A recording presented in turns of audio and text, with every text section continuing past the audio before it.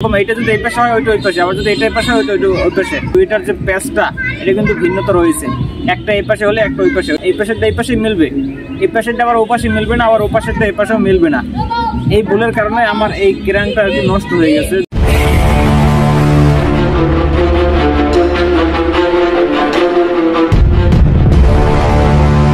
First of all পুরোনো crank থেকে নতুন প্যাডেলটি খুলে ফেললাম, যেটা সমস্যা হয়েছে। দেন পুরোনো ক্র্যাঙ্কটাও খুলে ফেলতে হবে। ক্র্যাঙ্কের নাট খুব টাইট হওয়ার কারণে খুলতে একটু সমস্যা হচ্ছিল, বাট গায়ের জোর দিয়ে এটা খুলে ফেললাম। গাইস, আমরা অনেক সময় অনেক ধরনের কাজ করে থাকি যেগুলো আমরা জানি না সেটা কিভাবে করতে হয়, বাট আমরা যত ভুল করব তত শিখবো। কারণ মানুষ ভুল করে, ভুল থেকে আবার শিক্ষা গ্রহণ করে। মানুষের ভুলের মধ্যে লুকিয়ে আছে অনেক বড় ধরনের শিক্ষা, যেটা সবাই নিতে পারে না, আবার যারা নিতে পারে তারাই গেইনার। গাইস, কথা বলতে বলতে আমার দুইটা ক্র্যাঙ্ক খোলা হয়ে গেছে। তো দেখতেই পাচ্ছেন আমার ক্র্যাঙ্কের যে ভিতরে যে বেবি সেটটা, ওখানে অনেকটাই ময়লা জমে রয়েছে। নতুন ক্র্যাঙ্কটি ইনস্টল করার আগে আমাকে এই ময়লাগুলো ভালোভাবে পরিষ্কার করে নিতে হবে, কারণ ময়লা আমাদের শরীরের জন্য হোক অথবা কোনো গাড়ির জন্য হোক খুবই ক্ষতিকর। আমার একটা পাগলামোর কথা বলি, শুধু একটা ক্র্যাঙ্ক লাগানোর জন্য আমি পুরো এক ডিব্বা গিরিস কিনে এনেছি, যার কিনা এই কাজের জন্য এক চিমটি মাত্র লেগেছে। পরিষ্কার করার পরে অবশ্য ভিতরে ভালো করে গিরিস দিতে হবে এন্ড ক্র্যাঙ্কটাও ভালো করে গিরিস মেখে নিতে হবে। আমি কাজটা খুব সিম্পল ভাবে করার চেষ্টা করেছি। তোমরা দেখতেই পারছো আমি চেইন গেটটা কিন্তু একদমই খুলিনি। আমি ক্র্যাঙ্কটা বসিয়ে ফেললাম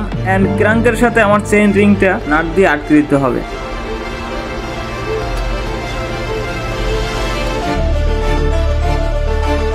চেইন রিং এন্ড ক্র্যাঙ্কের নাটগুলো টাইট দেওয়া হয়ে গেছে এন্ড পাশের যে ক্র্যাঙ্কটা ওটাকেও লাগাতে হবে।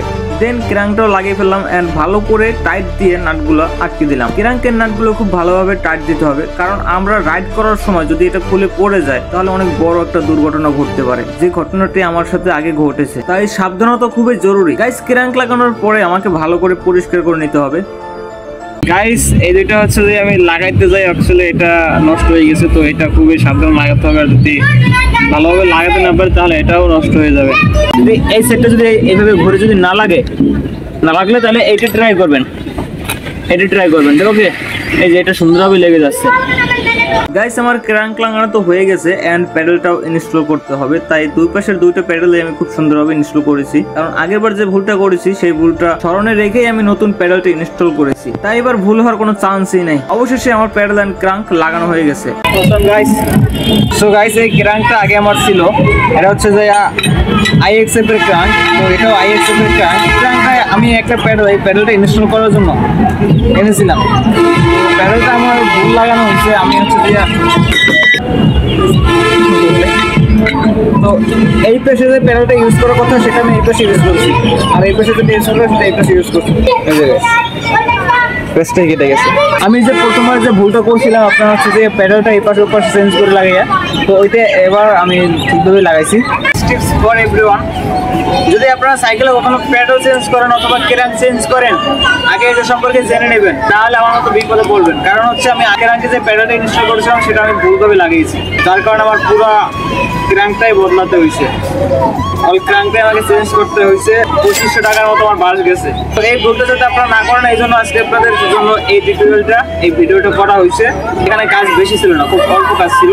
অল্প কাজ হলেও ভাইয়া এখানে অনেক কিছু শেখার আছে, যেটা আমি আসলে জানতাম না বিষয়টা, কিন্তু পরে একা একা আমি এটা জিনিসটাকে উপলব্ধি করতে পেরেছি যে এটা এভাবে না এইভাবে করতে হবে। সো আপনারা, আমি যদি এই ভুলটা করেছি, কিন্তু আপনারা একটু এই ভুলটা করবেন না। ভিডিওটা কেমন হয়েছে অবশ্যই কমেন্টে জানাবেন, আর যদি ভিডিওটা ভালো লাগে অবশ্যই লাইক করবেন। এরকম আপডেটিং ভিডিও পেতে অবশ্যই চ্যানেলটি সাবস্ক্রাইব করে দিবেন।